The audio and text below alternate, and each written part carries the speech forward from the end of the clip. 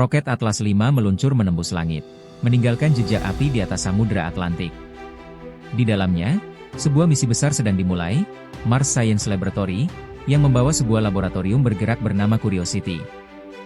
Setelah mencapai ruang angkasa, tahap pertama dilepaskan, dan mesin tahap kedua melanjutkan pekerjaannya, menempatkan wahana Curiosity pada jalur menuju planet merah, Mars. Ketika mesin terakhir berhenti menyala, keheningan luar angkasa pun menyelimuti. Wahana mulai mengembang, menyesuaikan diri di tengah kehampaan antar planet. Kini, ia sendirian dalam perjalanan panjang sejauh lebih dari 560 juta kilometer menuju Mars. Selama 8 bulan, wahana itu terus meluncur di ruang antar bintang. Memasuki atmosfer Mars dikenal sebagai 7 Minutes of Terror, 7 menit paling menegangkan dalam sejarah eksplorasi luar angkasa. Saat memasuki atmosfer tipis Mars, gesekan udara menimbulkan panas ekstrim yang membakar pelindung panasnya. Suhu di luar mencapai ribuan derajat Celcius. Namun sistem pelindung yang dirancang selama bertahun-tahun itu menahan panas dengan sempurna. Ketika kecepatannya berkurang cukup banyak, parasut supersonik berdiameter lebih dari 15 meter terbuka. Parasut itu memperlambat kecepatan dengan gaya luar biasa, tetapi masih belum cukup. Mars memiliki atmosfer terlalu tipis untuk menahan beban seberat hampir 1 ton. Maka, langkah berikutnya dimulai.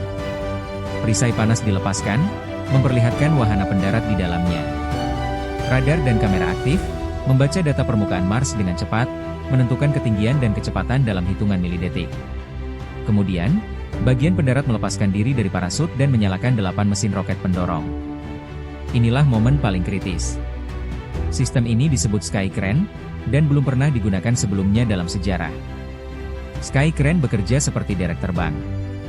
Ia melayang sekitar 20 meter di atas permukaan sambil menurunkan Curiosity dengan kabel baja sepanjang 7,5 meter. Perlahan, roda-roda rover menyentuh permukaan Mars.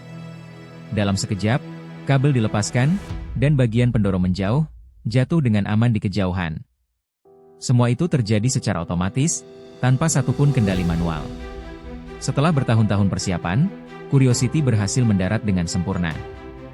Rover itu mendarat di Galaxy Crater, kawah besar berdiameter 154 km di dekat garis ekuator Mars. Di tengah kawah menjulang Mount Sharp, gunung setinggi 5 km yang tersusun dari lapisan batuan kuno. Para ilmuwan yakin, lapisan-lapisan batuan itu menyimpan kisah masa lalu Mars, mungkin masa ketika air pernah mengalir di sana. Beberapa hari setelah pendaratan, Curiosity mulai membuka mata elektroniknya. Kamera Masca memotret panorama 360 derajat pertama dari permukaan Mars.